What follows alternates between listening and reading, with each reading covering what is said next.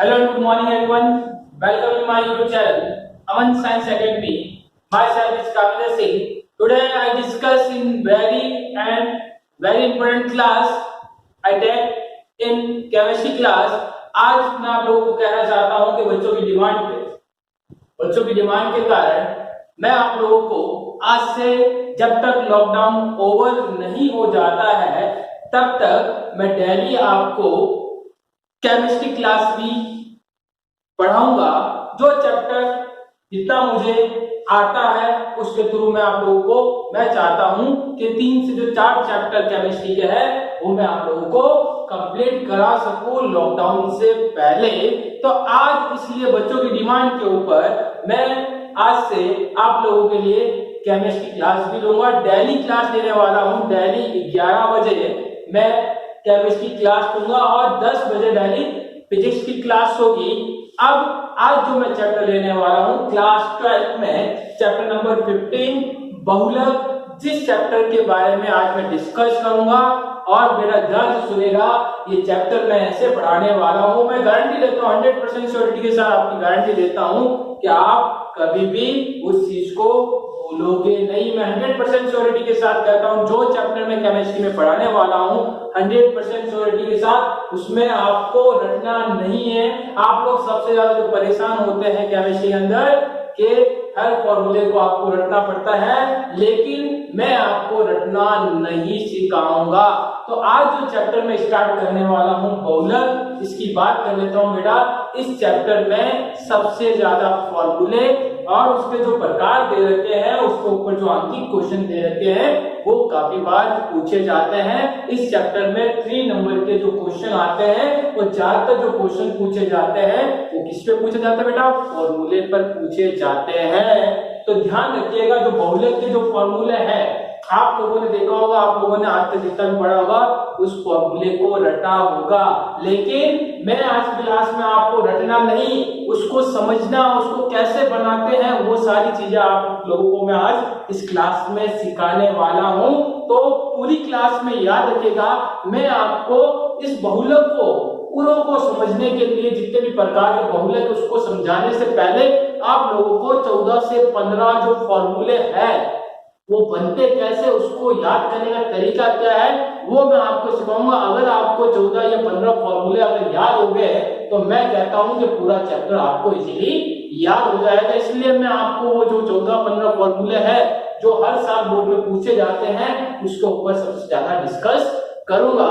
तो सबसे पहले बहुलक स्टार्ट करने से पहले मैं आप लोगों को बताना चाहता हूं, आप लोगों ने बहुत सारे कार्बनिक यौगिक देखे होंगे बेटा, बहुत सारे कार्बनिक यौगिक जिसमें कार्बन क्या होते हैं उपस्थित होते हैं। तो आप लोगों ने बहुत सारे कार्बनिक यौगिक देखे होंगे, लेकिन उसमें आपने देखा होगा कि कार्बनिक यौगिक में 30-40 या उससे कम कार्बन जुड़े होते हैं। ऐसा कभी नहीं देखा होगा 30-40 से ज्यादा कार्बन परमाणु जुड़े होते हैं, ऐसा कभी भी आपने आज तक कार्बनिक यौगिक नहीं देखा होगा। तो मेरा कहने का मतलब क्या है, आप लोगों ने देखा होगा कार्बनिक अणु में कितने अणु जुड़े होते हैं? कम से कम 30-40 या उससे कम अणु जुड़े होते हैं, ये आपने देखा होगा। लेकिन बहुलक की मैं बात करता हूं तो बेटा बहुलक में याद रखना हजारों कार्बनिक परमाणु अणु जुड़े होते हैं, हजारों कार्बनिक अणु जुड़े होते हैं। जो हजारों कार्बनिक जो अणु जुड़े होते हैं वो किस बंध से जुड़े होते हैं बेटा? सहसंयोजक बंध से जुड़े होते हैं। किससे जुड़े होते हैं बेटा? सहसंयोजक बंध से जुड़े होते हैं। और सहसंयोजक बंध बेटा 3 टाइप्स के होते हैं, एकल बंध, द्विबंध और त्रिबंध। आप लोगों ने पहले भी पढ़ चुका है कि जो सहसंयोजक बंध है एकल बंध, द्विबंध और त्रिबंध, 3 प्रकार के जो बंध होते हैं वो होते हैं सहसंयोजक बंध, जो हमेशा इलेक्ट्रॉन को शेयर करने के कारण बनते हैं। तो मैंने अभी तक आपको कहा है कि ज्यादातर कार्बनिक अणु आपने आप तक देखा है उसके अंदर मोस्टली जो कार्बनिक अणु होते हैं उसमें 30 से 40 कार्बन होते हैं, लेकिन बहुलक के अंदर हजारों की संख्या में कार्बनिक अणु जो होते हैं बेटा जुड़े हुए होते हैं। अब बात करता हूं किस बंध से जुड़े होते हैं बेटा? सहसंयोजक बंध से जुड़े होते हैं। सहसंयोजक बंध 3 प्रकार के होते हैं, एकल बंध, द्विबंध और त्रिबंध। बेटा चैप्टर स्टार्ट करने से पहले बेसिक कुछ चीजें हैं आपने 11th में पढ़ी, 10th में पढ़ी, मैं उसको पहले थोड़ा डिस्कस करना चाहता हूं जिससे आपको चैप्टर इजी लगे। और इसके अलावा आप लोगों ने 3 ग्रुप पढ़े होंगे बेटा, पढ़े होंगे। एक तो एल्केन पढ़ा होगा आपने, एक एल्कीन पढ़ा होगा और एक एल्काइन पढ़ा होगा। ये 3 ग्रुप आप लोगों ने पढ़े होंगे। एल्केन के अंदर कार्बन और कार्बन के बीच में बेटा सिंगल बॉन्ड होता है, एल्कीन में डबल बॉन्ड होता है, एल्काइन में क्या होता है, ट्रिपल बॉन्ड होता है। ये आपने पढ़ा है। इसका जनरल फार्मूला होता है बेटा CnH2n + 1, इसका क्या होता है CnH2n, और इसका क्या होता है CnH2n - 1। ये आप लोगों ने पढ़ चुके हैं, पहले भी आप लोगों ने पढ़ा है। तो एल्केन, एल्कीन और एल्काइन, ये 3 चीजें आप लोगों ने पढ़ी है। तो मैं चैप्टर स्टार्ट करने से पहले चाहता था कि आप लोगों को ये सारी चीजें पता हो। तो आइए अपन चैप्टर स्टार्ट करते हैं। आज क्या पढ़ने वाले हैं, तो बेटा याद रखिएगा, मैं आपको बहुलक बनाना सिखाऊंगा, रटना नहीं सिखाऊंगा। याद रखिएगा, आपको बहुलक बनाना, जो भी बहुलक दे रखे हैं 15 या 16 जो बहुलक दे रखे हैं, वो किन किन अणुओं से मिलकर बने हैं उसके बारे में मैं डिस्कस करूंगा, लेकिन रटाऊंगा नहीं। ये मेरी गारंटी आप लोगों को कि आपको रटना नहीं है। हर चीज को मैं सॉल्व करना और कैसे बनाया जाता है उसके आधार पे आपको सिखाऊंगा। तो सबसे पहला बेटा जो वर्ड आया है, बहुलक क्या है, या फिर इसको इंग्लिश में कहते हैं क्या बेटा, पॉलीमर। तो बेटा याद रखना, ये है ग्रीक शब्द है। क्या है बेटा, ग्रीक वर्ड है।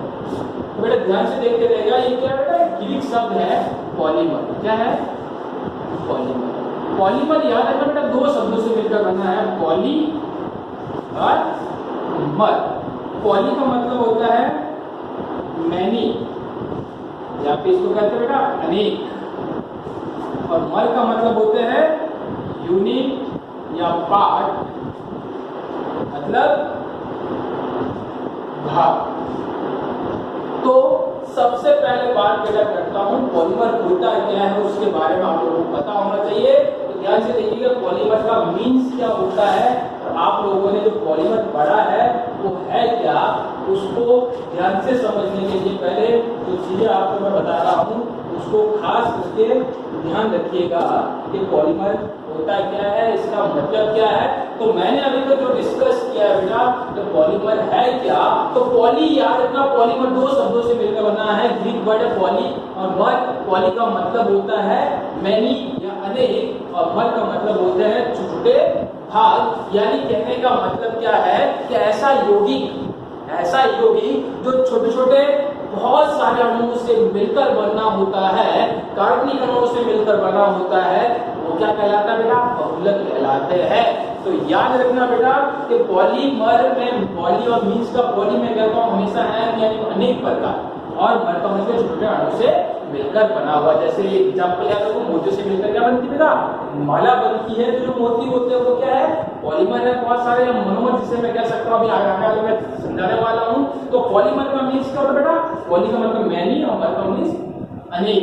अगली बात समझ में। और बेटे याद रखिएगा, मैं एक चीज समझा रहा हूं, जो पॉलीमर है मैंने कहा बहुत सारे छोटे छोटे अणु हैं, ठीक है। जब इनका मैं क्या कराता हूं बेटा, बहुलीकरण कहलाता हूं, यहाँ पे इसको इंग्लिश में कहते हैं पॉलीमराइजेशन। तो यहाँ पे एक बड़ा अणु बनता है, ये क्या है, छोटे छोटे अणु से मिलकर क्या बनता है, बड़ा अणु बनता है, जिसको अपन क्या कहते हैं बेटा, बहुलक कहते हैं। तो ध्यान से सुनिएगा बेटा कि अगर मैंने कहा कि बहुत सारे छोटे छोटे जो अणु थे उन सबको मैं जोड़ देता हूं, यानी कि छोटे जो बहुत सारे अणु थे उन सबको मैं क्या करता हूं बेटा, जोड़ देता हूं, तो एक बड़े अणु का निर्माण होता है। उस बड़े अणु को क्या कहते हैं बेटा, बहुलक। और जो छोटा छोटा अणु है उसमें एक अणु को क्या कहते हैं बेटा, मोनोमर। क्या कहते हैं बेटा, मोनोमर, या फिर इसको कहते हैं एकलक। क्या कहते हैं बेटा, उसको एकलक। एकलक का मतलब जिन छोटे छोटे अणुओं से मिलकर एक बड़ा अणु बना है, बड़े अणु को तो क्या कहेंगे बेटा, बहुलक कहेंगे। और जो छोटे छोटे जो अणु से मिलकर बना है उसको क्या कहेंगे बेटा, एकलक कहेंगे। बात समझ में आ गई। तो मैंने अब जो समझाया बेटा, बहुलक होता क्या है, और बहुलक में हमेशा याद रखना जो अणु जुड़े होते हैं वो सहसंयोजक बंध से जुड़े होते हैं, एकल बंध, द्विबंध और त्रिबंध से जुड़े होते हैं। पॉलीमर का मीन्स क्या है, पॉली प्लस मीन्स मर, पॉली का मतलब मैनी या अनेक, और मर का मतलब यूनिट एंड पार्ट यानी भाग। आगे मैं बात करता हूं बेटा बहुलक बनता कैसे है, बहुलीकरण होता क्या है। और पहले मेरी बात सुना, अगर मैंने कहा बहुत सारे छोटे अणुओं से मिलकर जो चीजें जुड़कर एक नई बड़ी चीज का निर्माण करते हैं उसको तो कहते हैं बहुलक। तो जो छोटी छोटी जो चीजें होती है उसको क्या कहते हैं बेटा, एकलक कहते हैं। बात समझ में आ गई। जैसे मैंने कहा एक लड्डू बना हुआ, लड्डू में देखो बहुत सारे उसमें छोटे आकार में अणु जुड़े होते हैं, जो एक आकार का अणु होता है वो कहलाता है मोनोमर, जिसे कहते हैं एकलक। और जो बड़ा लड्डू पूरा बनता है उसको क्या कहते हैं बेटा? बहुलक कहते हैं। बात समझ में आई होगी आप लोगों को, बहुलक क्या है और एकलक क्या है। और बहुलक बनाने की जो प्रक्रिया है, जब छोटे छोटे कार्बनिक अणु जुड़ते हैं उस प्रक्रिया में एक बहुलक का निर्माण होता है। और बहुलक बनाने की जो प्रक्रिया होती है वो बेटा क्या कहलाती है? बहुलीकरण कहलाती है। यानी ऐसे बहुलक बहुत सारे बनाता हूं, जुड़ के जब बनती है उस प्रक्रिया को क्या कहते हैं बेटा?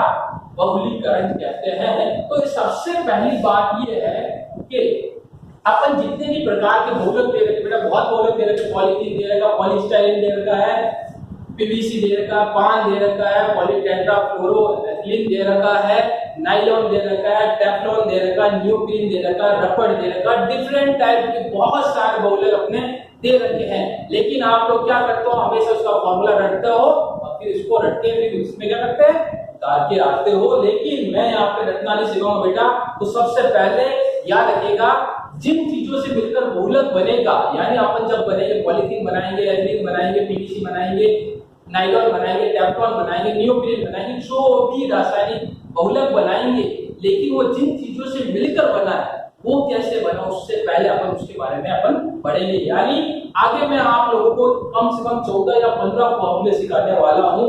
उन्हीं से मिलकर क्या बनता है बेटा? बहुलक। उनमें से अगर किसी दो को जोड़ देते हैं या किसी एक का बहुलीकरण करवा देते हैं तो आपको बहुलक वहां पे प्राप्त होता है। लेकिन कब? जब आपको मोनोमर याद होगा, मोनोमर का सूत्र याद होगा, क्योंकि वहां पे वो मैंने डायरेक्ट मोनोमर दे रखा है और डायरेक्ट उससे बना के दे दिया। लेकिन मैं आप लोगों को मोनोमर बना कैसे है, आपको 14 या 15 फॉर्मूले में बता रहा हूं, वो याद कर लीजिए मोनोमर के।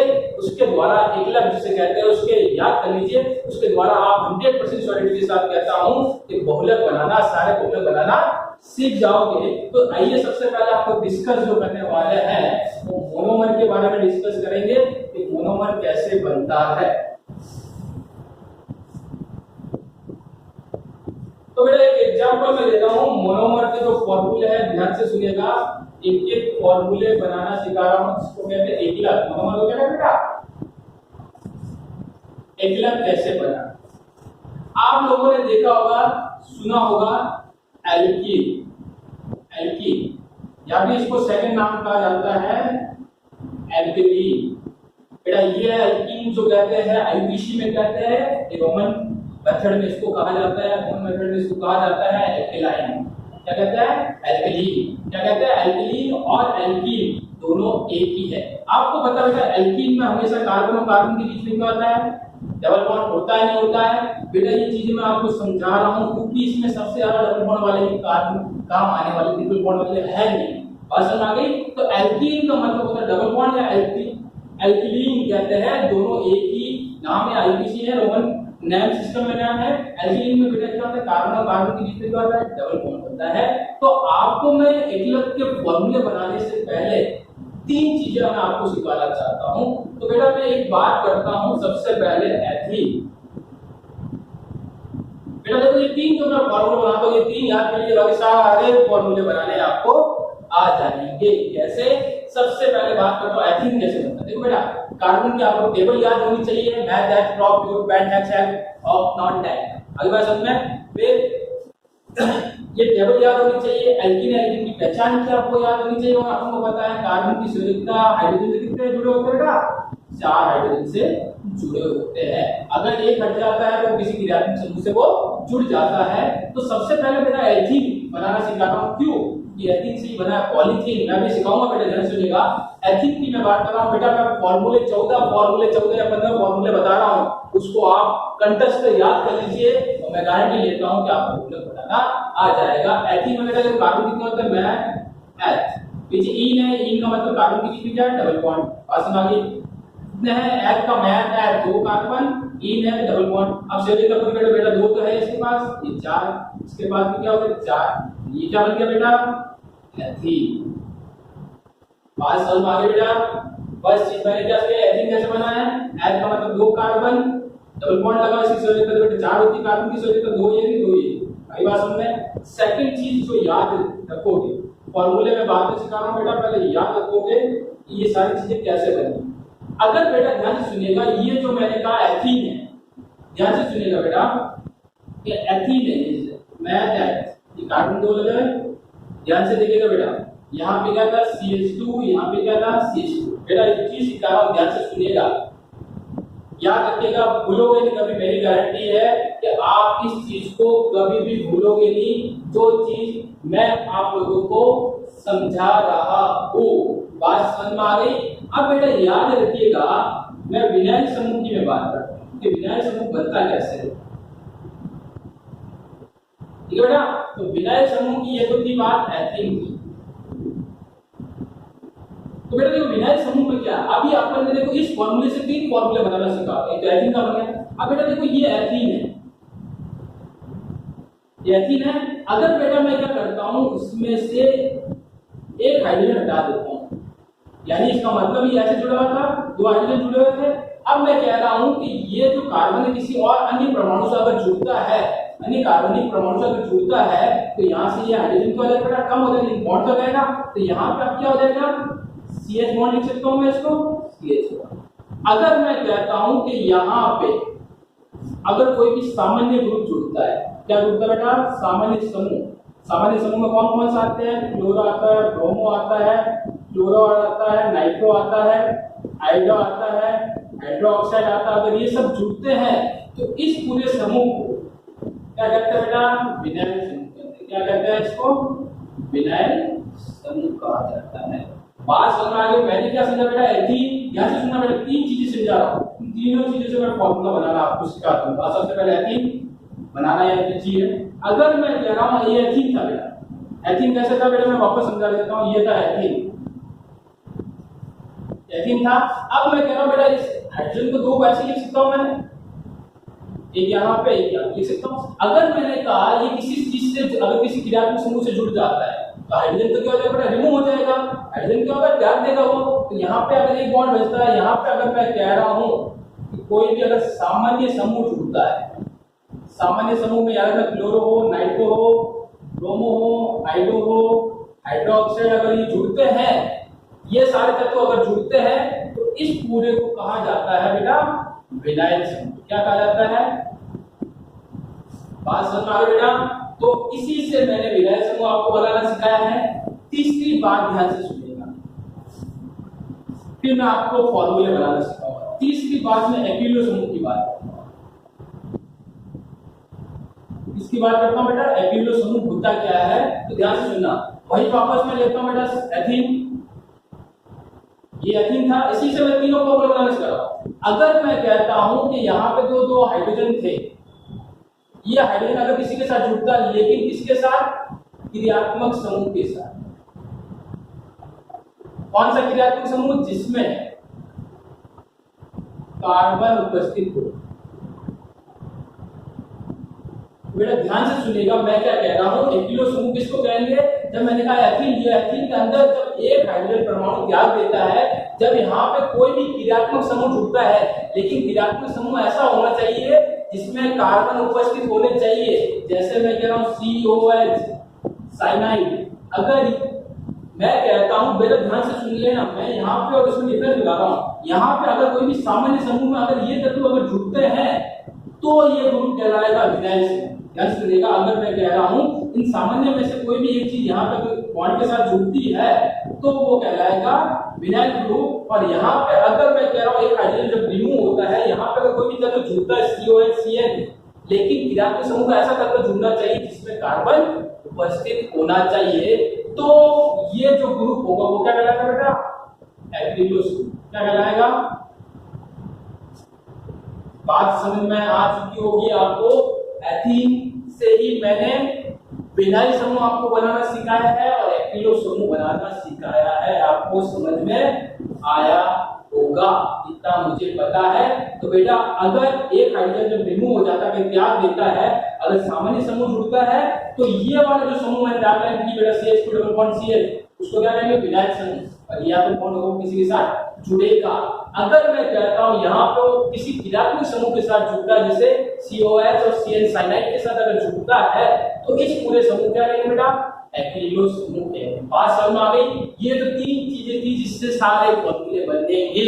अब आपको मैं जो 14 फॉर्मूले मैं कह रहा हूं जिसको आपको कंटेस्ट याद करने हैं, उसमें से कुछ फॉर्मूले आज बनाना सिखाऊंगा और फिर कल बनाना सिखाऊंगा। देखिए बेटा ध्यान से देखिएगा।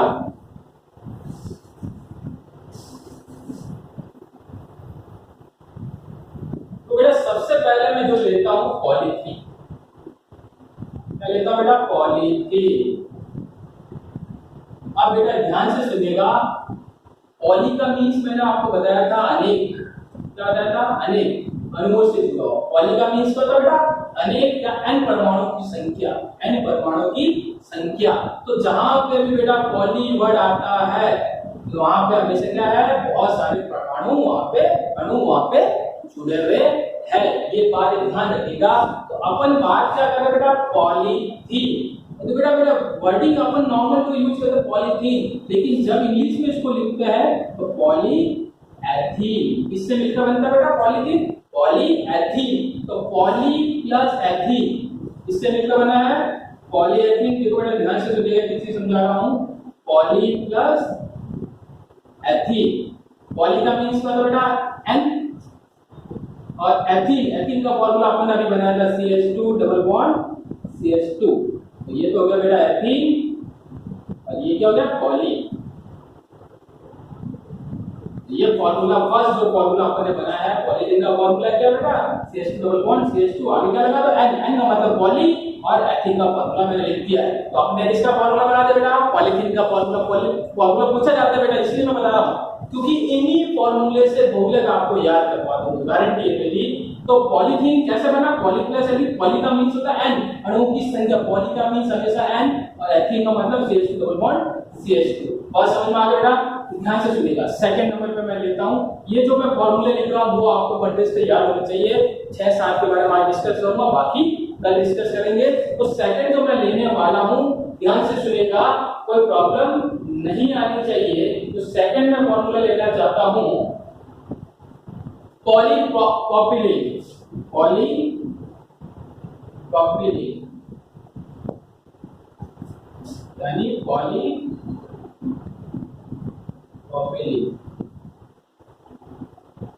बेटा देखो पॉलीप्रोपिलीन का फॉर्मूला कैसे होगा? देखो बेटा पॉली का मतलब क्या होता है? अब बेटा याद रखना, प्रोप मैंने पहले ही कहा था एल्कीन बोलूं या एल्कलीन बोलूं, बात एक ही है। तो यहाँ पे प्रोपिलीन बोला है, तो एक ही मीन्स है। प्रोप का मतलब कार्बन कितने होते हैं? Meth eight prop. इन कार्बन होते हैं। प्रोप का मतलब इन है पीछे, तो बेटा कहीं पे एक लगा लगा दो, डबल बॉन्ड लगा दिया। अब इसकी क्या कर दो बेटा? सेलेक्टा पूरी कर दो। इसकी सेलेक्टा बेटा 2, इसके 1 और इसके 3। तो ये तो बेटा बन गया प्रोपिलीन। और ये तो आगे क्या होगा बेटा? n का मतलब क्या होता है? पॉली। तो क्या बन गया बेटा? पॉलीप्रोपिलीन। बात समझ में आ गई? क्या किया मैं एक बार वापस समझा देता हूं कैसे बना बेटा। वर्ड देखो यहाँ पे प्रोपिलीन। प्रोप का मतलब कार्बन कितना होता है? 1 2 3, मैथ एट प्रोप हो गया। पॉली का मतलब क्या होता है? n अणु जुड़े हुए पॉली। प्रोप में जोड़ दिया, पीछे क्या बेटा देखो इन का मतलब डबल बॉन्ड है। ये क्या लगा? डबल बॉन्ड लगा दिया। अब सेलेक्टा पूरी करते हैं। कार्बन की संख्या 4, 2 इसके 4। तो बेटा ये तो हो गया प्रोपिलीन और ये हो गया पॉली। बात समझ में आ गई बेटा? दूसरा फॉर्मूला भी आपको समझ में आ गया है। तीसरा फॉर्मूला की मैं बात करना चाहता हूं। तीसरा जो फॉर्मूला लेता हूं, आप लोगों ने देखा पान देखा होगा, पीवीसी की मैं बात करता हूं। पीवीसी का पूरा नाम क्या है? Poly vinyl chloride. तो बेटा आप लोगों को मैंने कहा पॉली का मतलब पहले मैंने यहाँ लिख दिया। विनाइल समूह मैंने आपको बनाना सिखाया। विनाइल समूह कैसे बनाया था? जब मैंने कहा था ये एथीन था, इसका अंदर एक हाइड्रोजन हटा देता हूं, वो हाइड्रोजन किसी सामान्य समूह के साथ होता है। सामान्य समूह में मैंने कहा था वहां पे क्लोराइड हो सकता है, ब्रोमीन हो सकता है, आयोडाइड हो सकता है, नाइट्रोइड हो। लेकिन यहाँ पे कौन सा है सामान्य समूह का मेंबर? क्लोराइड। यहाँ पे अगर Cl2, तो बेटा ये समूह जो कहलाता है क्या कहलाता है? विनाइल। और आगे क्या हो गया? पॉली। ये क्या हो गया? Vinyl chloride. बात समझ में आई क्या? एक चीज समझ में आ जानी चाहिए। मैंने क्या किया बेटा? वापस में समझा देता हूं। मैंने अभी आप लोगों को कहा था विनाइल समूह एथीन से बनता है। मैंने कहा था अगर यहाँ से एक हाइड्रोजन हटा देता हूँ, यहाँ पे कोई बॉन्ड के साथ कोई भी सामान्य समूह जब जुड़ता था वो तो विनाइल था, अगर कोई क्रियात्मक समूह जुड़ता था जिसमें कार्बन उपस्थित हो तो वो एक्रिलो समूह था। तो यहाँ पे सामान्य समूह का क्लोराइड जुड़ा हुआ है Cl, तो इसको क्या कहेंगे बेटा, विनाइल क्लोराइड। क्या कहेंगे इसको, विनाइल क्लोराइड। आगे N है, N का मतलब क्या होता है, पॉली, इसका पूरा नाम क्या होगी, पॉली विनाइल क्लोराइड। तो हम लोगों ने अभी 3 फॉर्मूले बनाने सीख लिए हैं। चौथा फॉर्मूला ध्यान से देखिए, चौथा मैं लेता हूं बेटा पान। पान का मतलब पॉली एक्रिलो नाइट्राइल, ये होता है बेटा पान का पूरा नाम क्या है, पॉली एक्रिलो नाइट्राइल। इसका मैंने का मतलब, पॉली का मतलब बेटा देखो पहले एन जोड़ दिया मैंने। अब आप कहोगे सर पॉली का मतलब मैंने एन जोड़ दिया, एक्रिलो, एक्रिलो मैंने बनाना सिखाया था एथिन से, ये एथिन का फॉर्मूला था बेटा, ध्यान से देखते, ये एथिन का फॉर्मूला। मैंने कहा था यहां से जब हाइड्रोजन हट जाता है किसी बॉन्ड के साथ, अगर कोई भी क्रियात्मक समूह जुड़ता है लेकिन क्रियात्मक समूह में कार्बन होना चाहिए, तो यहाँ पे अगर मैं Cn जोड़ देता हूँ, Cn बेटा याद रखना साइनाइड है, क्या है, मैं यहाँ पे लिख देता हूँ बेटा Cn क्या है, साइनाइड है, और इसको आईपीसी में बेटा कहते हैं नाइट्राइल। क्या कहते हैं इसको आईपीसी में, नाइट्राइल कहा जाता है, यानी साइनाइड को आईपीसी में क्या कहा जाता है, नाइट्राइल कहा जाता है। तो बेटा देखो ये तो पूरा हो गया एक्रिलो समूह, साथ में साइनाइड जुड़ा हुआ, तो इसका नाम क्या होगा बेटा, एक्रिलो नाइट्राइल। आगे क्या जुड़ा बेटा, पॉली।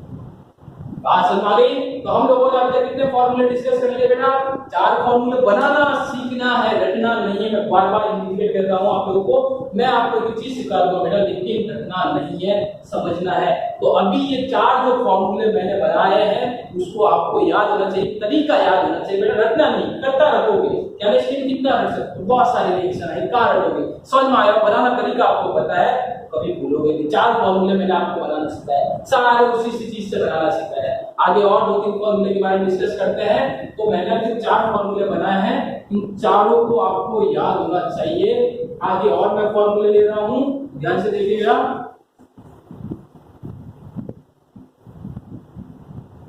तो बेटा आगे देखिएगा ध्यान से। तो मैंने अभी आपसे बात की थी, 4 फॉर्मूले लिए हैं, 5वां मैं फॉर्मूला ले रहा हूं, PE FE। अब बेटा याद रखना इसका आपको नाम क्या है वो ध्यान सुनना, इसका नाम है पॉली टेट्रा फ्लोरो एथिलीन। बेटा पॉली टेट्रा फ्लोरो एथिलीन जिसको कहते हैं टेफ्लॉन, और इसका नाम क्या बेटा, टेफ्लॉन भी इसको कहा जाता है। अब इसका सूत्र क्या होता है बेटा, इसका ध्यान से सुनेगा, इसका सूत्र क्या होता है, बनाना सिखा रहा बेटा, रटना नहीं है। तो इसको और क्या नाम से जाना जाता है बेटा, टेफ्लॉन नाम से जाना जाता है। अब इसका सूत्र बनाना सिखा रहा बेटा, देखो ये वर्डिंग ध्यान रखना, पॉली का मतलब एन,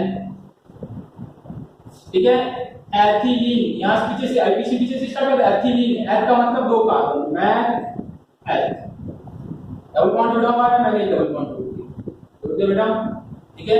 अब आगे चलते हैं, इसमें क्या जुड़े हुए, फ्लोरो जुड़े हुए, फ्लोरो कितने क्या जुड़े हुए बेटा, फ्लोरो, फ्लोरो यानी एथ जुड़ा हुआ है, और टेट्रा का मतलब क्या होता है बेटा, 4। तो कहने का मतलब इसमें कितने फ्लोरो जुड़े हुए, 4 फ्लोरो जुड़े हुए हैं, मैंने 4 फ्लोरो जोड़ दिए, ठीक है बेटा। अब ये क्या बन गया बेटा, ये तो बन गया टेट्रा फ्लोरो एथिलीन। आगे क्या बेटा, एन का मतलब क्या होता है, पॉली। बात समझ आई, नहीं समझ में आई, एक बार वापस देखिए, एक बार और समझा देता हूं क्या होता है। तो बेटा देखो पॉली का मतलब एन, अब इसको इस पूरे को बनाओ, इसका नाम याद रखना पड़ता है, polytetrafluoroethylene, ethylene math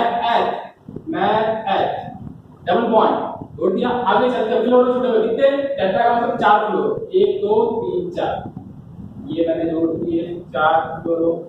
तो बेटा ये क्या बन गया, टेट्रा फ्लोरो एथिलीन, और एन का मतलब क्या होता है बेटा, पॉली। ये 5वां फॉर्मूला आपने याद किया है। एक और फॉर्मूला लेते हैं, और फॉर्मूला नंबर 6 की मैं बात करता हूँ, स्टाइलिन, पॉली स्टाइलिन की बात करता हूँ। काफी जगह ये काम आने वाला है, पॉलीस्टाइल। तो बेटा पॉली का मतलब वही, एंड स्टाइलिन का मतलब क्या है, बेटा ध्यान से सुनिएगा कि अगर मैं कह रहा हूं एथीन, हमेशा याद रखना बेटा एथीन से ही सारे समूह बने, acrylonitrile, vinyl group, cyanide group जो भी बने हैं। अगर मैं कह रहा हूं यहाँ पे एक हाइड्रोजन जब हटता है, अगर वहां पे कौन जुड़ा हो बेटा, बेंजीन समूह जुड़ा हुआ, क्या जुड़ा हो, बेंजीन समूह जुड़ा हो, यानी मैंने क्या कहा था बेटा CH2 होता है, तो एक हाइड्रोजन परमाणु किसी और तत्वों से जब जुड़ता है तो एक हाइड्रोजन हटेगा, एक बॉन्ड सिंगल रह जाएगा, खाली रह जाएगा, उस बॉन्ड से जो तत्व जुड़ेगा। अगर यहाँ पे कौन जुड़ता है बेटा, बेंजीन जुड़ता है, तो उसको कहते हैं स्टाइलिन। क्या कहते हैं बेटा, स्टाइलिन। एन का मतलब पॉली। बात आप लोगों को आज समझ में आई होगी। तो हम लोगों ने, मैंने कहा था 14 फॉर्मूले आपको याद करो बेटा। इस फॉर्मूले में 3 नंबर क्वेश्चन पूछे हुए, काफी बार पूछा है फॉर्मूला, डायरेक्ट फॉर्मूला भी पूछा गया है। तो आज मैंने आप लोगों को 6 फॉर्मूले समझा दिए, बनाना सिखा दिया है, और आगे जो 8 फॉर्मूले उसके बारे में कल डिस्कस करेंगे। बेटा ये 14 फॉर्मूले याद करो, सारे बहुलक जितने भी नाइट्रॉन से टैफ्लॉन से सारे मैं आप लोगों को याद करवा दूंगा। ओके, इतना ही करेंगे, घर रहिएगा बेटा, पढ़ते रहिए। Thank you.